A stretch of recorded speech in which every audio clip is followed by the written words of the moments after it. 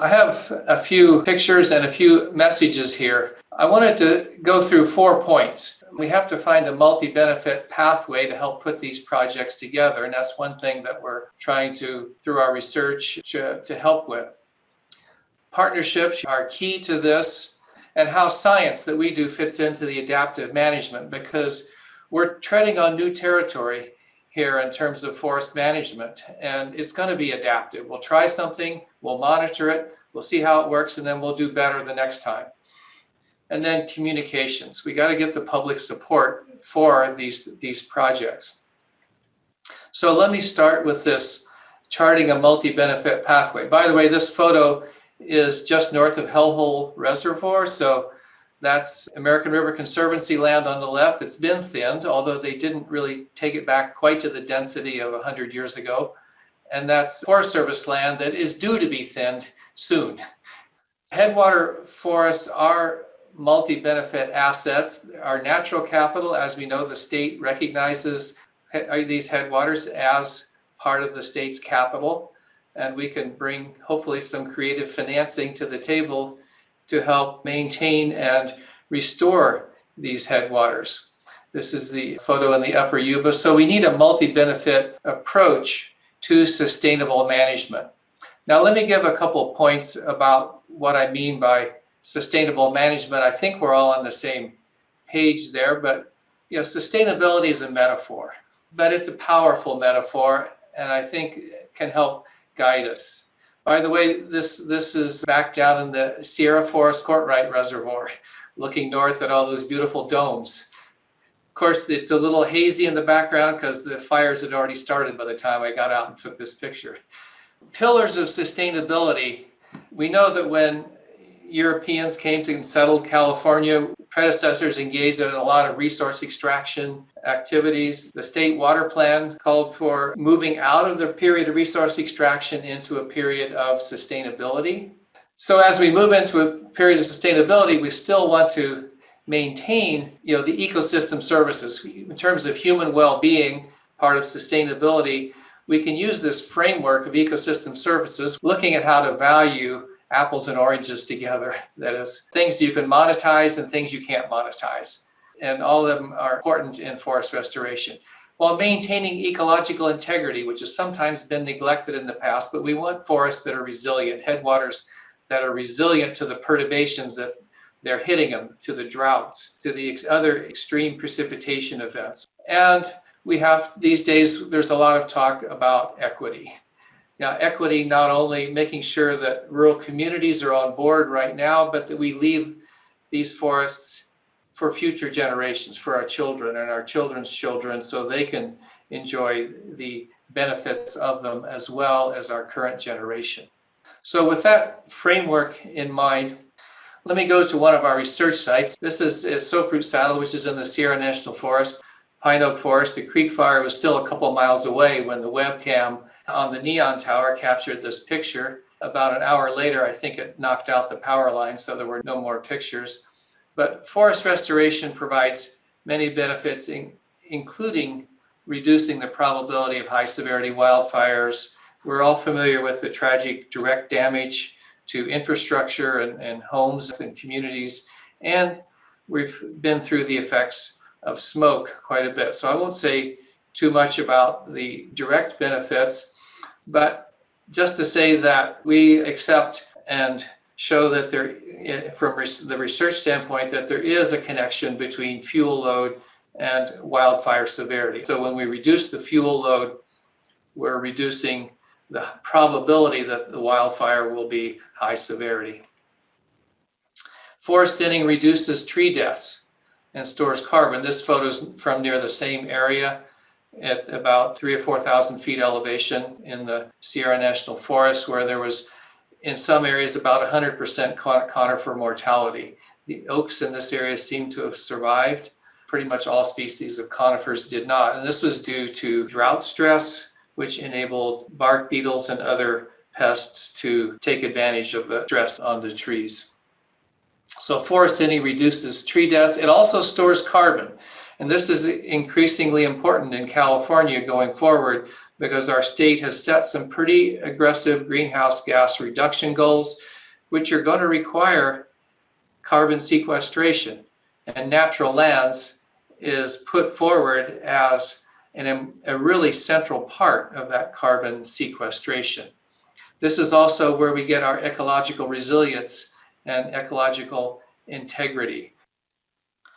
So removing trees does reduce water use in the forest. I think we can see that from data that are out there. Making more water available for the remaining trees. So if you're down in the southern Sierra, you may not see that much increase in, say, stream flow. You'll see some, depending on how much thinning, because the trees are also already water limited. But you get up into the central and northern Sierra, the trees are less water limited, and you have more water draining to streams when you reduce the water use in the forest. That provides benefits for in-stream flows, for food production, for urban areas downstream, and so forth. And we've developed tools to actually predict this and then verify those benefits within the caveat that climate variability makes it challenging sometimes to separate the signal from the noise, but there is a signal there. This is an experimental forest, Stanislaus Tuolumne Experimental Forest. Maybe some of you have been there near Pinecrest, and it shows I think the sort of historical forest that scientists in the Forest Service and the managers are pushing toward. A few mature trees versus in the background has not been thinned, and it's just a zillion small trees. Reduce erosion, damage to built infrastructure. I think water managers are well aware of that, and elected officials are well aware of that and can easily calculate the savings to risk costs and insurance and things like that from reduction in high severity wildfire. This is a photo from the upper Yuba. This is waste biomass. My understanding is this is not going anywhere except to be burned at some point. It's pretty far to haul it to a market. The state needs to figure out ways to get more biomass facilities, and if we need to sequester more carbon and actually not just produce heat and electricity, but produce liquid fuels or hydrogen from this biomass, it has far more value, it sequesters more carbon, and it potentially brings more revenue to the table. So we have to figure out how to capture these, what are projected to be higher value markets. So local jobs, renewable energy, carbon sequestration, there's synergy there. Going over to French Meadows, this was earlier this month. Partnerships, it's all about partnerships. These projects come together because people from different sectors see the common interest and make a commitment to work together and move projects along. This picture is from an earlier year. It's again, French Meadows. Partners can facilitate planning, permitting, financing, implementation, monitoring, research. Yes, as researchers, we're part of this partnership. Communications and building public support. I know there's a lot of water agency elected officials who would love to start getting more into forest restoration, but you got to make sure your ratepayers are on board with that. So partnerships are essential if we're going to overcome the bottlenecks to getting forest restoration done, particularly around finance. Creative financing is key here. So the multi-benefit framework I described earlier, yes, we can get there. Research and are an important part of it. This is my colleague Safiq Khan, who's again up in French Meadows area on the field trip earlier this month. So as researchers, we blend remote sensing data, ground-based measurements, modeling, and so forth to get the projections needed to value these benefits and to enable people to make equitable divisions of who benefits and how much the state should be putting into the mix and how much needs to come from maybe other sources.